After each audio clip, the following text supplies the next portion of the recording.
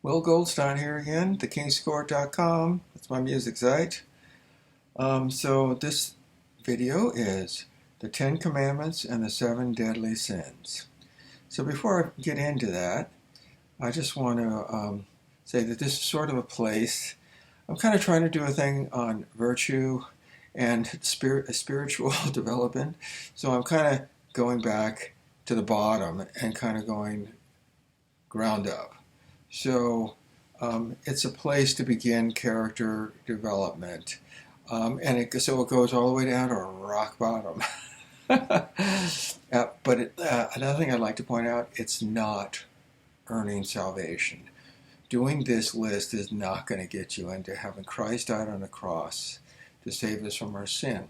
And because of that, then we should do something with our life for the betterment of others that we live around, for the kingdom, for your own personal development, for your own spiritual growth, happiness, and everyone that you know.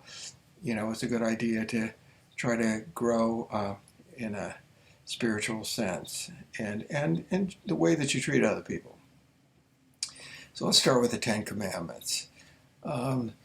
Everybody's probably heard these, so I'm just going to kind of give a little bit on each one, but you shall not have no other gods before me.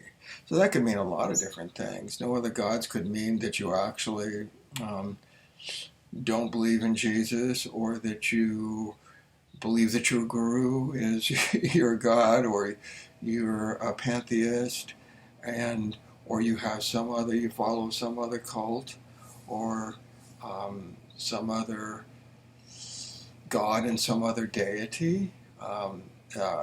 So the second one is sort of similar to it. Thou shalt not make unto thee any graven images.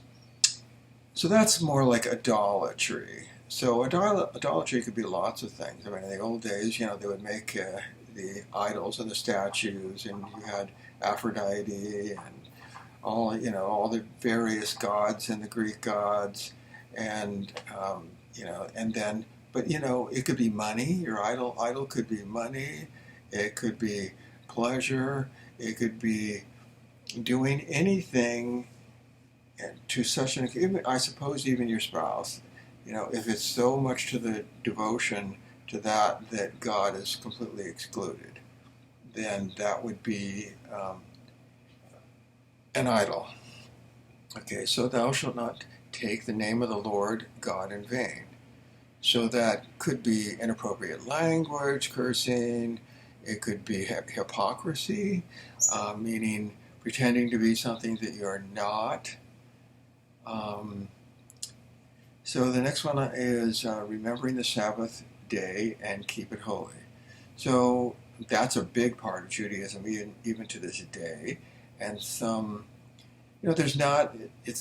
I've heard it said that it's never quoted as being explicitly to be followed in the New Testament. However, I think it's definitely a good idea.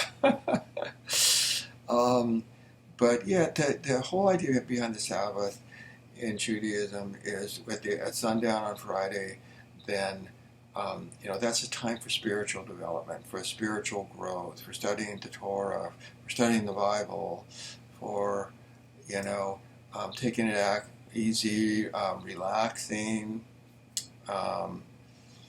It's a day of rest. You can take it to extremes with legalism, which I don't think is a good idea. And a lot of parts of Judaism, people do that.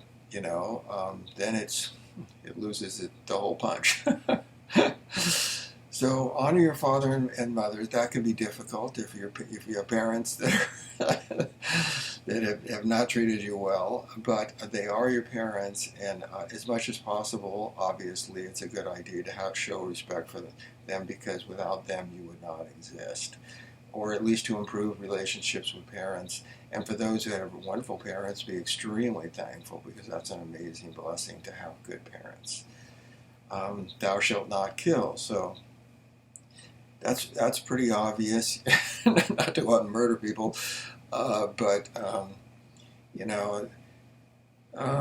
It could be killing animals for sport instead of food. I'm a vegetarian, so I don't even do that. But I mean, I think it's viable, to kill certain animals. Uh, I don't do it, but other people do. I mean, if it's for food, there's certainly nothing in the Bible that's against that. Thou shalt not commit adultery. So, and again, this list is like, notice how many of these are thou shalt not, not. So it's very connected with the 7 deadly sins. It's thou shalt not. In fact, 8 of them have to do with thou shalt not, and only 2 of them are positive. So adultery is basically, everybody knows what that is, sleeping with somebody else's wife or husband. But it also can be fornication and, or even on the internet, or prostitution can have, it's similar and related to that. So in other words, having a purity about you. Sex in marriage, that's fine. This is just opposed to the opposite. Thou shalt not steal. That's pretty obvious. You have your own possessions, I have my own possessions, and you have a right to your own possessions. And going and stealing somebody else's possessions is pretty bad. So, thou shalt not bear false witness, lying. So that's pretty obvious too. But there's white lies. There's lots of reasons why people lie. And sometimes even for profit, sometimes even out of bribes, a false witness on a stand in a courtroom. This is definitely very deceiving, to pretend it's the truth when it's not. This we see in politics today. The whole world is full in politics of lying. So that you shall not covet. So coveting is just kind of envying what someone else has. You want you like somebody else's wife, so you want, or their property, or their house. It's kind of like envy. Coveting is want something along those lines. So now I'm going to go into, there's 2 sets of 7 deadly sins. One's in Proverbs, and one's the Roman Catholic Church. So in Proverbs 6:12-19, there are 6 things the Lord hates, 7 that are detestable to him. So the first one's haughty eyes. So I'm going to kind of give the sin and then the opposing, the opposite, which is the virtue. So haughty eyes, well, that would be pride, vanity, stuck up. I'm just using words. We all know people who are very proudful, have a lot of vanity, stuck up. They're sometimes often condescending in their speech to others and patronizing them. They think they're better than you. And, which is obviously false pride, because people who feel that way, they're usually have real insecurity problems if they have to go to that place. So, and then now some of these are overlapping. So the second one in Proverbs is a lying tongue. So I already talked about that. So obviously that could be cheating, even on taxes, and white lies. I think I said something about that. It's hard to read. Anyway, so the next one's hands that shed innocent blood. Okay, so that's murder again. So I already talked about that.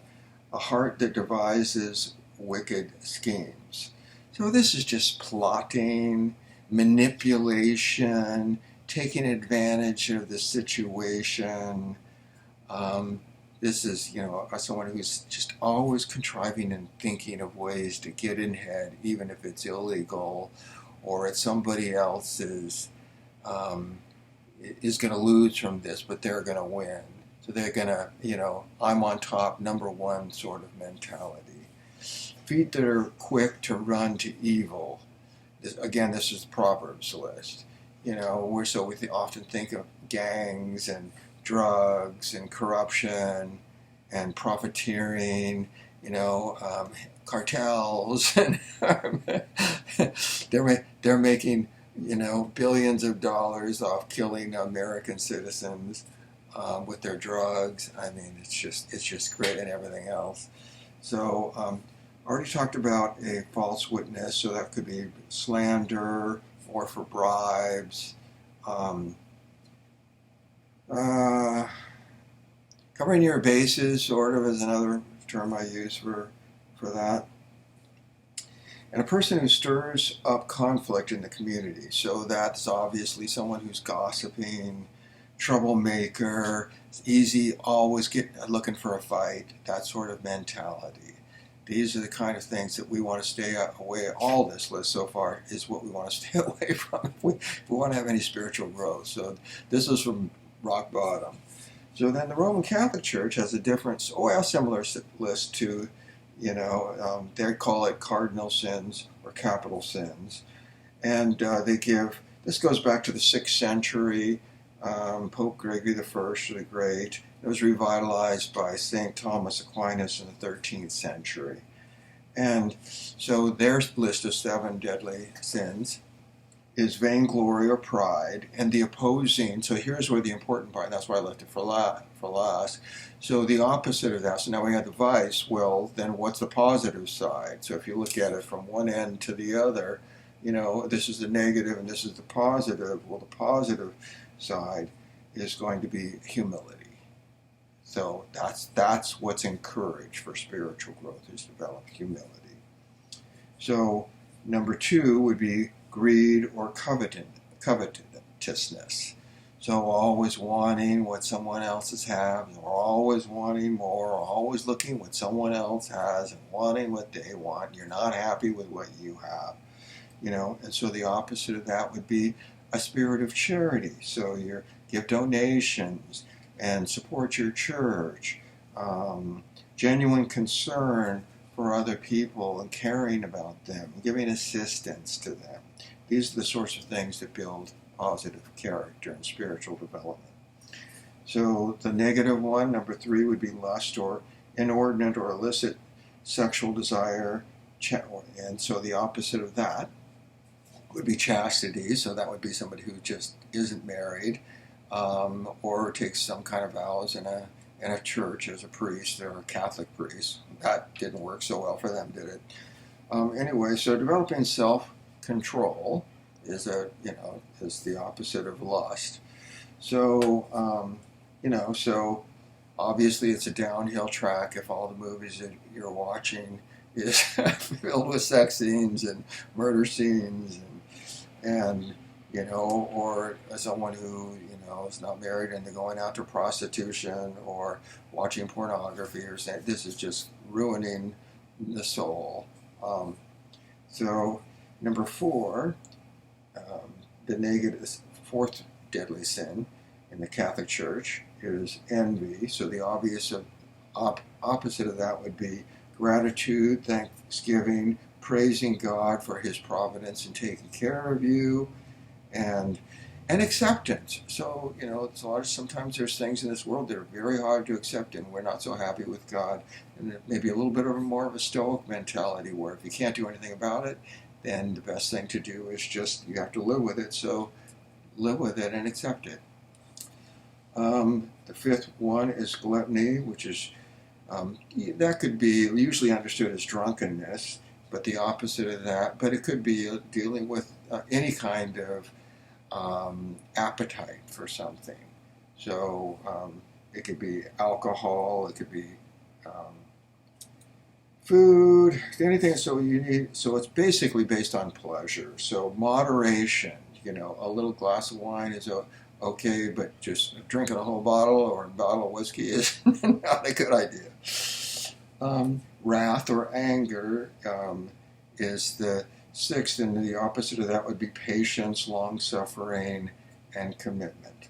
Sloth is the last one, and the opposite of that would be diligence, sticking to it, doing a good job at your work, being useful, servant, determined in the actions that you believe that you should be doing, and sticking to them and having endurance.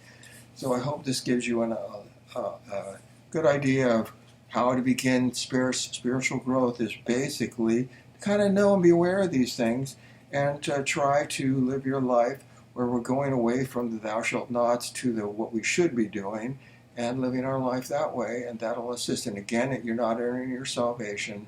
It's just you're being a good steward of your life. Hope you enjoyed the video and subscribe.